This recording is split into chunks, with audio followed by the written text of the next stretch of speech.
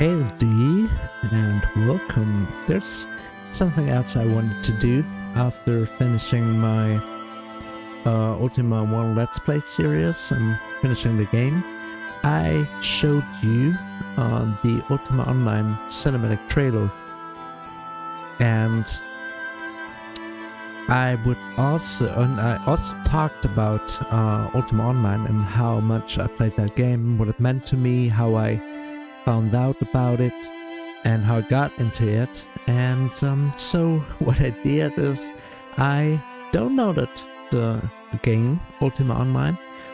There are two different clients available these days. The classic one, which is pretty much, very similar to what it looked like when it came out in 1997. And the enhanced client, which doesn't look much better, believe me. So it's not like that would be high res or anything. So, I've played this game last time, I think in 2003 or 2004. And, so it will be really weird to, take a little peek. I'm not gonna play a lot of it this time. I'm not gonna, do a lot of stuff.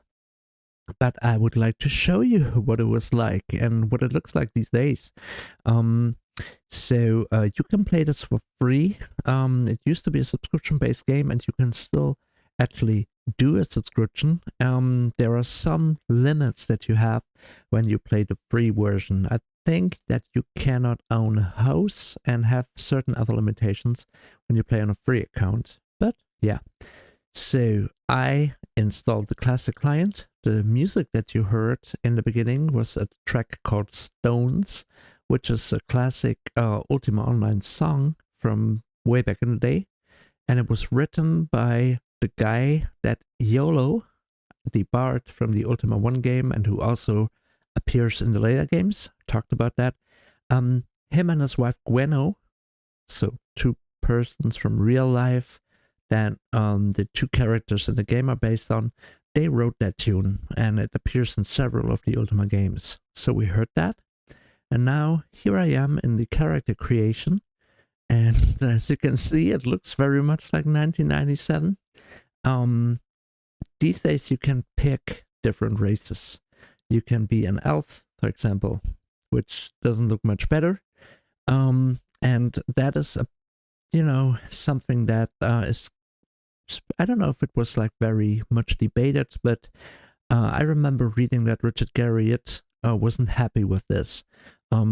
He was with Ultima Online in the beginning. He was involved in development, and then later he left the company or was kicked out. There was some kind of problem with EA, who owned Origins, and they put out some expansions and new additions to the game, and elves were one of them. And I remember reading that Garriott said, they put in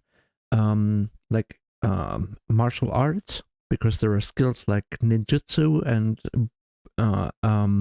bushido, and they put in elves, and I did not like that. So this was not an idea by Richard Garriott. You can also be a gargoyle.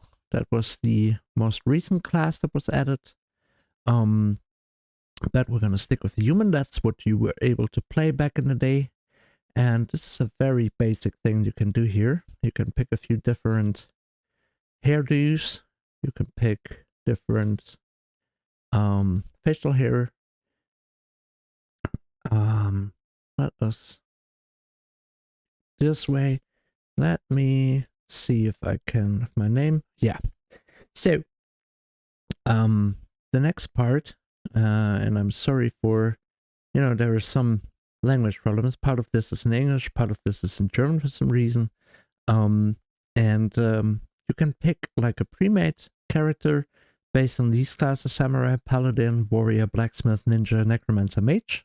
And one of them surely doesn't fit, which is the blacksmith, but I told you before that you could also spend your time in game just crafting, like gathering ore, bringing it back to town, and smithing it into weapons or armor for other players.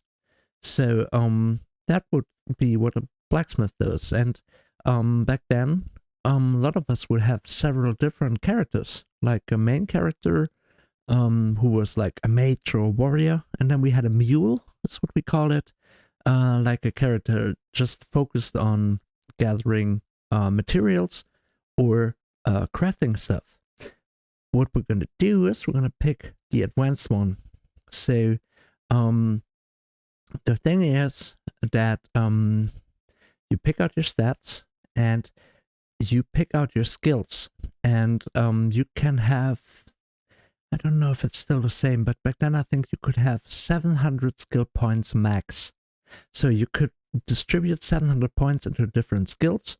A skill would go up to 100 in a base game. Later that was raised to 120. You could get some scrolls to raise your skill level in certain skills, like your top level. But you have these 700 skill points, and you can pick any skill and develop it. And once you've gathered 700 skill points in all these skills, you couldn't gain any more. So you would have to pick what you would want to do. And, find the right combination. For example, if you wanted to be a tamer, which is a character that tames animals and has them fight, a popular combination would be you would take, for example, taming to actually tame the animal. That was under animal taming, right? I think you also took animal lore, which lets you analyze an animal and figure out, what are its strengths, its weaknesses, and I think you needed that for taming. You could then also take the barding skill, for example, a musicianship, or discordance, or provocation, and these skills you could use, for example, to have enemies fight each other. So you could target a certain animal, use I think it was provocation, and then have it fight another monster while you stand there look. And if you were a tamer on top of that, you could have your animal fight for you and control the other monsters with your barding skills. There's also peacemaking, which would make aggressive animals peaceful, which would be helpful for taming. So that would be a good combination. Or if you wanted to be, I think they were called a dexter back then, you would take fencing, so you could use fencing weapons. You would take anatomy in order to, do more damage, because you understand the human body. You would probably take something like, let's see. I'm not quite sure what else you take. Tactics probably, or healing, to heal yourself in between with bandages. But what I'm gonna do, just for the purpose of showing you this game, I'm gonna take archery as my first skill. Because I always like to play archers. I mentioned that before.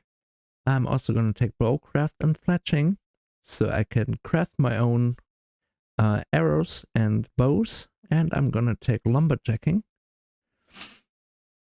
And so I would have these skills at a pretty high level, 30 points in each. You can also pick one more, and let me take, say, tactics or anatomy. Let's take tactics. So these are the skills I take. I take strength and dexterity, a little bit of intelligence. So I have archery, so I could use the bow and arrow, and that would also give me a bow as the starting weapon. I could use bowcraft and fletching to make bows and arrows. I can do lumberjacking to get wood for bows and arrows, and tactics for combat. And now I would pick my starting area, and you can see this thing down here, Trummel, Tamur.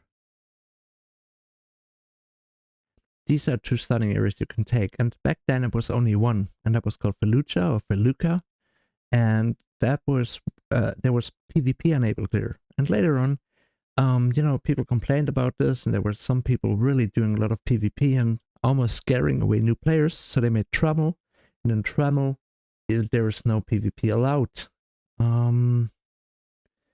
Let's see, Tamur I think is the gargoyle area. I've never seen that. So New Haven is the city for beginners. So let's see. I'm gonna hit this and start the game. Are you ready? I haven't visited this world in 20 plus years, and I this is my first MMO, and I started playing this in 1998 or late 1997. So here we are. I pressed the button. I had to switch a few things around, and this is the game. This is the overlay. My spellbook, mini map, my character.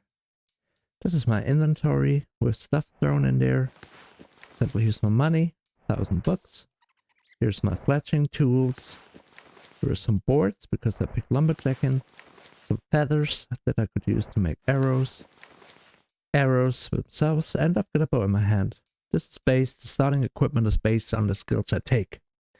And so let's take a look at the skills.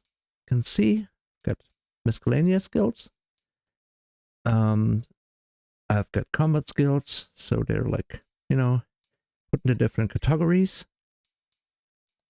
So far, right now, I've got 120 skill points that I've gained and that are in use.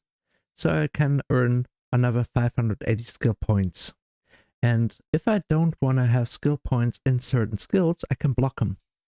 For example, if I don't want to earn more skills in arms lore, because I don't want to waste these skill points, I can block it, or I can also set it to lower. So for example, if I want to earn, let's say, I don't know, let's see. If I want to get my focus up, but I'm at my skill point level, I have 700 skill points, and I say, okay, I don't want begging, the skill. I set this to go down if I have some skill points in there, and then I put, I do things that will raise my focus skill, and, you know, balance it that way. But let's look at the gameplay. I move around with the mouse. Oh my god, I'm feeling so nostalgic right now. I spent so much time here. These are NPC quest givers. And you can lead those NPCs around.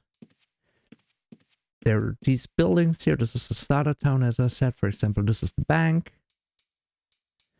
And you can go in there. I forgot so much about this stuff. There's beautiful music playing. You can either click on a character and interact, or you can just say bank, and it will open your bank box, and you can put stuff in there. And then in this town there are skill trainers I can visit. For example, here, cobbler, weaver, tailor. I can learn from them. But let's say I just started out. I want to make some arrows. So what I do is I go find myself some trees. And you see my focus is going up because when I run, I lose energy, or like, you know, you can see it, use stamina. And when I build that back up again, that is using the focus skill. So I'm training that skill. I'm actually training skills by using them. So here's a tree. I double click my hatchet, click on the tree. And I don't know why this is like a mixed language, why there's German thrown in there. It's really, really weird. You know, with that language mix. So I'm pressing, and I'm hitting the tree, and I'm unsuccessful. And again, I can do this. I can set up macros in order to repeat certain activities. So I could like click my axe, target the tree, and I record this as a macro, and then assign a button to the macro. Whenever I press it, it repeats that action. I just got some logs, and so to make arrows, I press my fletching tools. I make materials. I need shafts for the arrows. And I think this is the button. Yeah. Make maximum. So I turned all my logs into shafts. I now have 30 shafts. And in order to turn these into arrows, I also need feathers. I have 5 feathers. So let me pick ammunition, arrow, and make maximum. Since I only had 5 feathers, I could only make 5 of these 5 arrows. So it's time to get more feathers. I could go and try to buy them from a player. As a player, you can set up NPCs that sell items for you in the open world. But let's try to earn them myself. I'm gonna try to target one of these birds. It's really difficult because there's a thrush flying around here, and I'm trying to follow it. What else do we have? We have a mongbat, which won't drop feathers, but I can attack it. So I'm shooting it with my arrow in certain intervals while moving away from it.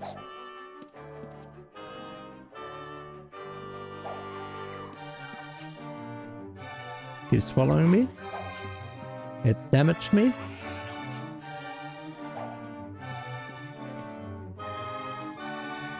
Quite dramatic music. I hit it. Need to hit it once more.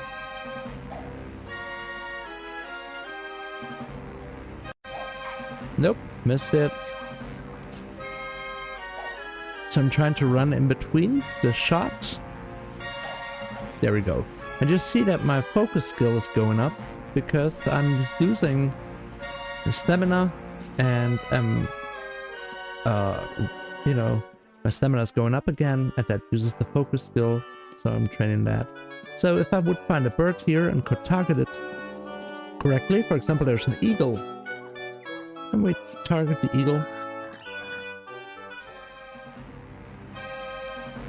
It's really hard to hit it because it, yeah, there we go. I shot it. It's dead.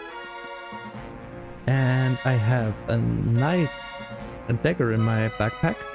I click that, click on the eagle's corpse. I open the corpse. And since I used the dagger on it, I got 36 feathers. And some meat, which I could cook. And some money. I don't know why an eagle is carrying around that much money, but let's think back to the Ultima 1 playthrough. Everything had like money in it. So, let's open our fletching tools again. We have 25 shafts, we have 36 feathers. So let's go into my fletching tools. Let's pick arrow and make the max amount. So great. Now I have 46 arrows, and you know, that's the way I, as an archer, I replenish my arrows. And it just sounds and looks really basic, I know, and the graphic is really bad, but back in the day, I mean, this was one of the first popular MMOs. Meridian 59 was before it, but this one was really popular, and there was so much freedom in here, because you could, like, pick your skills.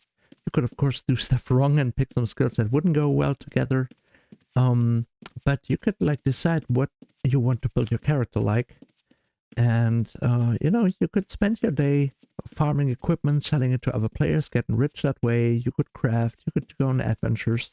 And there's one more thing I want to show you. This is a moon gate. They are close to many places. And I would like to, these are the areas I can go to, the zones.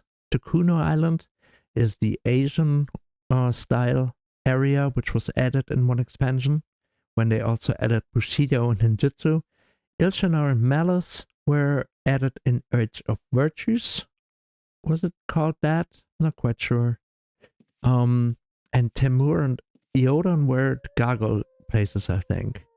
So back in the game, back in the day, when I started playing this in 97 or 98, you could also go to these towns, and the whole thing with Tremel and Felucia, Tremel the PvP, the non-PvP zone, or Facet, and Felucia being the PvP one. Those were the areas you could go to. Tremel and Flucha were added in, I think, 99, 2000 or something. So back in the day, you could basically go to these cities. And here we've got Britain, and we've got towns like Moonglow, Yellum, Dew, Minnock, and these are the towns from Ultima games. They appear in Ultima all the way back in Ultima 4, for example, or 5 and 6. You could go to these places. So when I read about this game, and I heard that I can actually walk around in the world from the old Ultima games, but online, meeting other players, that was really impressive. This is a house built by a player. And this is a vendor that the player set up. So I could buy stuff from that vendor. But I'm not going to do that, especially since I don't have much money.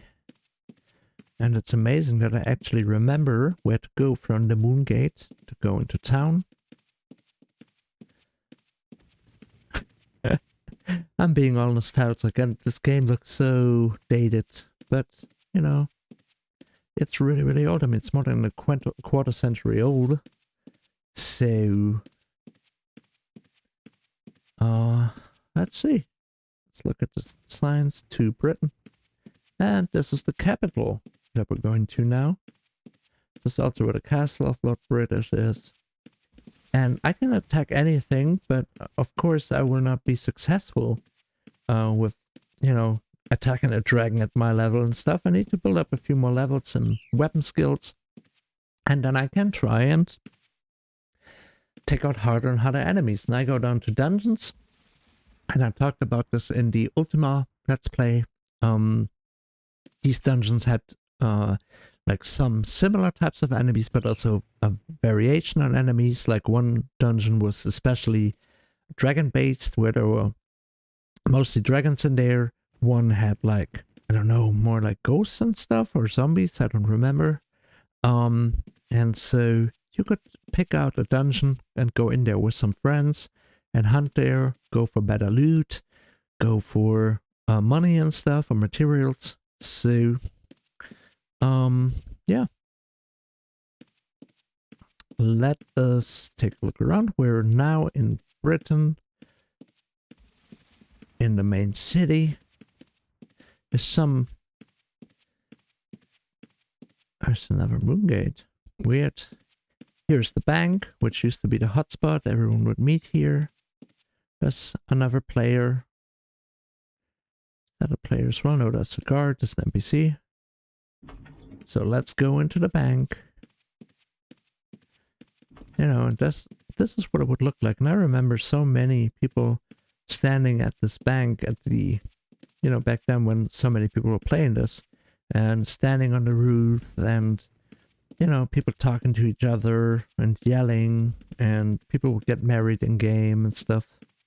So, and I don't remember all this. This is the capital city, and as you can see, it's not exactly small or anything.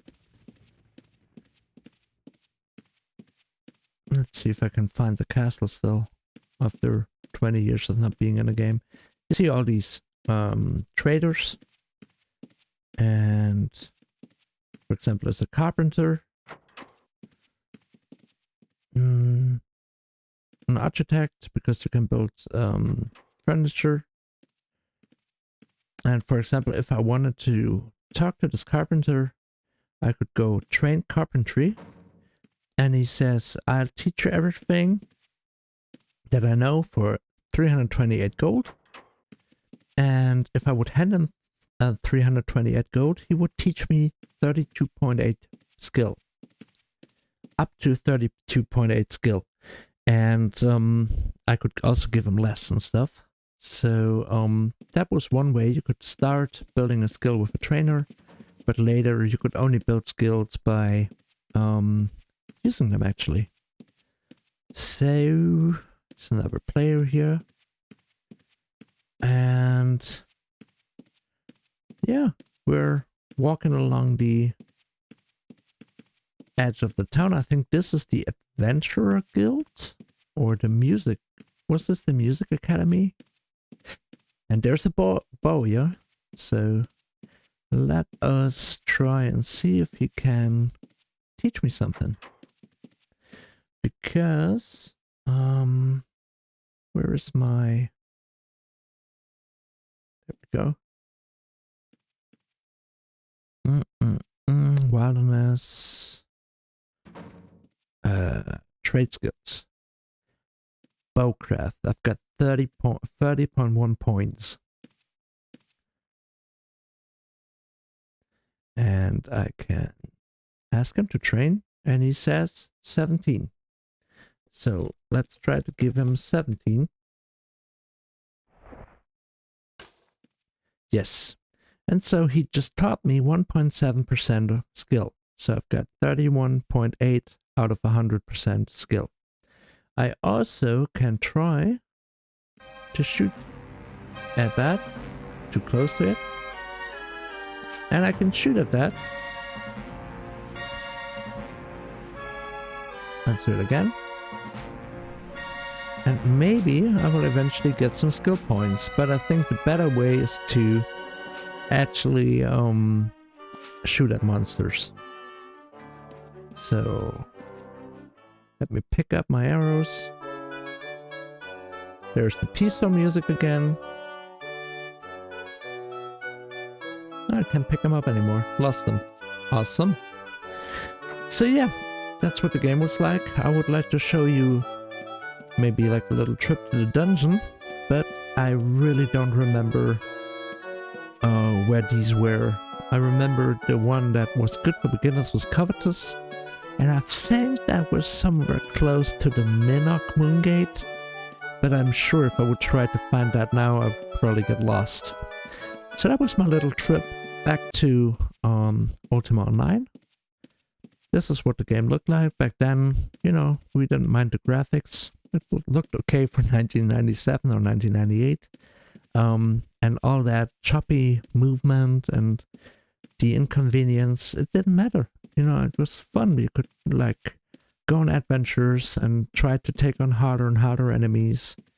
And then eventually build up your skill until you really had like, I don't know, like 100 in archery, and all your arrows would hit and do more damage. You could try to get better armor, or you could go and, I don't know, make a new character and be a tamer and try to tame some of the hardest animals. You could tame dragons, and so you could walk around with your pet dragon and take him into dungeons, and he would fight for you while you would stand back and heal it, or, I don't know, shoot with your arrow. I mean, you could combine skills in any way you would like and see how that, you know, see how that works out.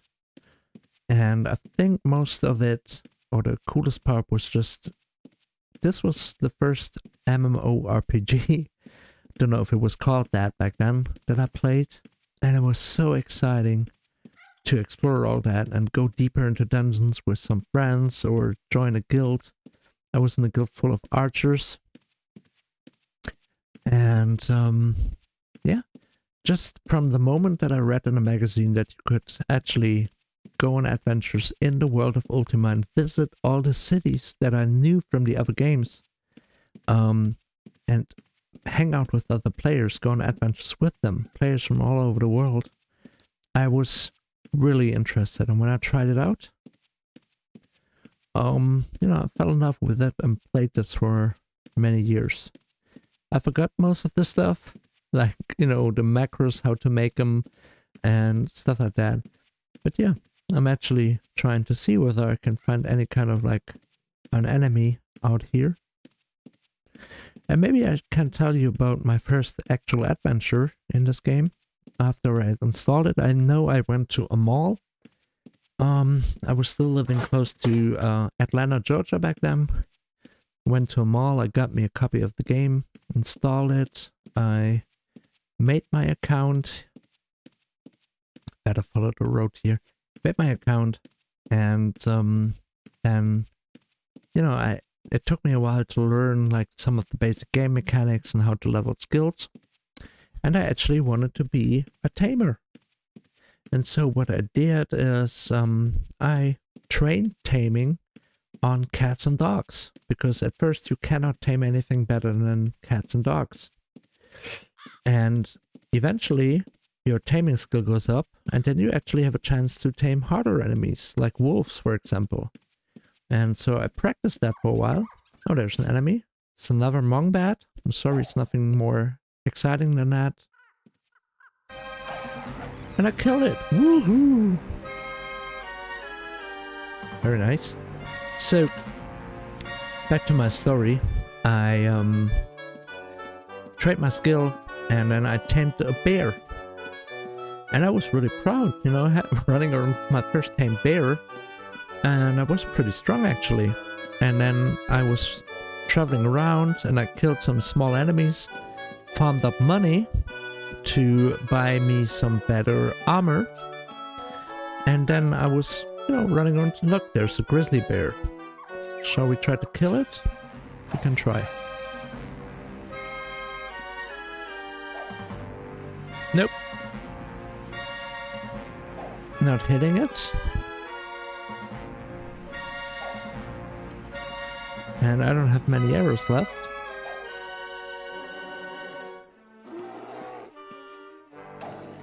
I hit it, and as you can see, it will take a couple of hits to actually take it out. So let's walk around in a little circle. So that was the kind of bear that I tamed, and I was walking around with my armor that I had farmed up, and my tamed bear, which I had given a name. And then I walked along a road, and there was a camp of orcs, I think it was orcs, and an orc mage. And I had died to them before, but now I had my new armor, and I had my new bear. So I said, okay, I'll give the command. You could command those animals. Give my bear the command to attack the orc mage. And I was expecting it to slaughter that orc mage. And then suddenly I see connection lost. Because back then, you know, internet speed was still an issue. Servers sometimes were unstable, they had a lot of players on there. And I came back. I was dead. When you die in this game, you have a certain amount of time to run back to your corpse and pick up your loot. And back then I was able, other players were able to simply walk up to my corpse and loot it. So they took my stuff away. And I don't know exactly how it worked back then. Let me see, can I press some button? Nope. And I would need to set up a macro to show all the corpses and stuff. So anyway, a player had come by, and since I didn't make it back in time to my corpse, that player looted my stuff, so my armor was gone, my bear had run off into the wild, and I was back to square one. But I didn't mind at all, still it was fun. So yeah, let's look out here in the woods, because, you know, as an archer and lumberjack, I guess it's not a problem to sleep out in the wilderness. Let's turn off that music. And so that was my little trip back into Ultima Online. I wish I could show you more. One more thing I would like to show you. We've got a headless. These are also dungeon monsters. And sometimes you run into them in the open world. And I just hit it. And I actually killed it. Almost. One more hit.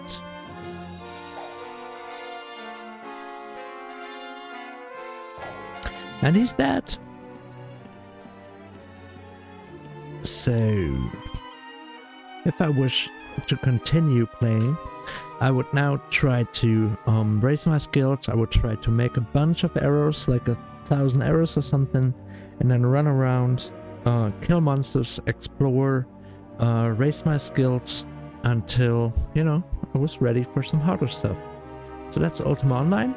Thanks for watching. Sorry about the low quality and the weird screen cutout, because this is the classic client in the late 90s, so it's not made for like white screens and everything. Hope you still enjoyed it. And yeah, see you next time. Bye bye.